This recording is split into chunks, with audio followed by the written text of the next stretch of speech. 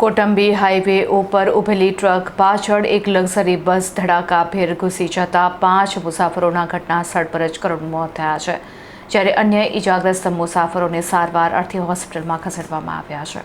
Highway ઉપર ઊભેલી એક ટ્રક પાછળ પૂરપાટ ઝડપે આવી રહેલી ખાનગી લક્ઝરી બસ ધડાકાભેર ભટકાતા મસમોટો અકસ્માત નડ્યો હતો. આ ભયાનક ટક્કરમાં 5 લોકોના ઘટના સ્થળ પર જ મોત થયા હોવાનું પ્રાથમિક અહેવાલ મળી રહ્યા છે, જ્યારે 31થી વધુ મુસાફરો ગંભીર રીતે ઇજાગ્રસ્ત થયા છે. મળતી માહિતી મુજબ આ ખાનગી લક્ઝરી બસ રાજસ્થાનથી મુસાફરોને લઈને સુરત તરફ જઈ રહી હતી.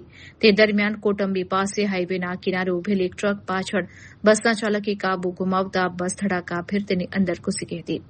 અકસ્માત એટલો ભયંકર હતો કે બસના આગળના ભાગના કૂરચા ઉડી ગયા હતા. રાત્રિના અંધકારમાં ચીસાચીસ થતાં જ આસપાસના લોકો અને સ્થાનિક પોલીસ તુરંત મદદ માટે દોડી આવી હતી. આ ઘટનાની જાણ થતાં જ 108 એમ્બ્યુલન્સની ગાડીઓ કાફલા સાથે ઘટના સ્થળે પહોંચી ગઈ હતી. તમામ 31 ઇજાગ્રસ્તોને તાત્કાલિક સારવાર અર્થે નજીકની હોસ્પિટલમાં ખસેડવામાં આવ્યા છે, જ્યાં કેટલાકની હાલત હજી પણ નાજુક હોવાનું જાણવા મળ્યું છે. પોલીસે મૃતકોના શબને પીએમ અર્થે મોકલી અકસ્માતનો ગુનો નોંધી વધુ તપાસ હાથ ધરી છે. હાલમાં જે આજે સવારે ચરોદ પાસે અકસ્માત થયો એમાં અત્રેની એસએસજી હોસ્પિટલમાં કુલ 27 દર્દીઓ લાવવામાં આવ્યા છે, જે પૈકી 2 દર્દી સિરિયસ છે.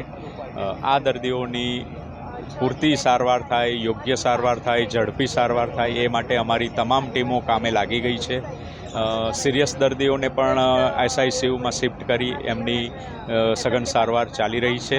આ ઉપરાંત અમને 6 મૃતદેહ પણ અહીંયા મળ્યા છે, જેની પોસ્ટમોર્ટમ જલ્દી થાય એ માટે પણ અમે કાર્યવાહી ઝડપી બનાવી છે. ખુદ પીઆઈ અને મામલતદાર શ્રી પણ અહીંયા ઉપસ્થિત થઈ ગયા છે અને પીએમ કાર્યવાહી જલ્દી થાય એ માટે પણ અમે પ્રયત્નો ચાલુ કરી દીધા છે. એ બધી ડિટેલ હું બાદમાં આપીશ. અત્યારે હાલમાં એસએસજી હોસ્પિટલમાં છે અને મને જાણ થઈ કે કોટંબી ખાતે એક્સિડન્ટ થયું છે. એમાં 28 લોકોને લાવવામાં આવ્યા હતા.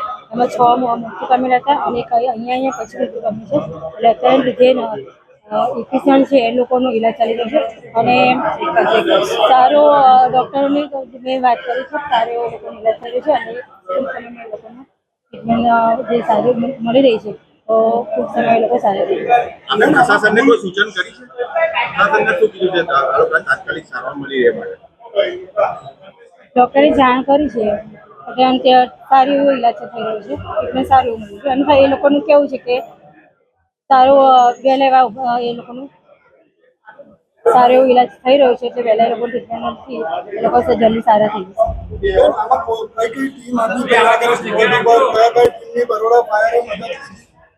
આપણી ફાયરની ટીમ ગઈ બરોબર.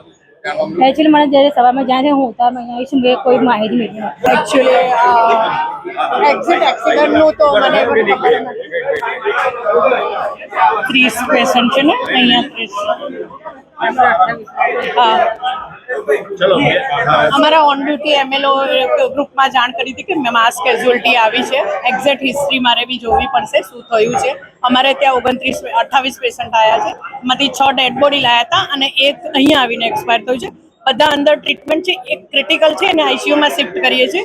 પીએમના ડોક્ટર્સ પોલીસ બધા આવી ગયા છે, પણ અનનોન તરીકે થયા છે એટલે થોડું પોલીસનું કહેવું એવું છે કે થોડીક ઓળખાણ થાય પછી ઇન્ક્વેસ્ટ ભરીએ. અમારા ડૉક્ટર ત્યાં છે, તાત્કાલિક પીએમ પણ કરાવી દઈશું. બધી ટ્રીટમેન્ટની સારવારની પણ આપી દીધી છે માહિતી.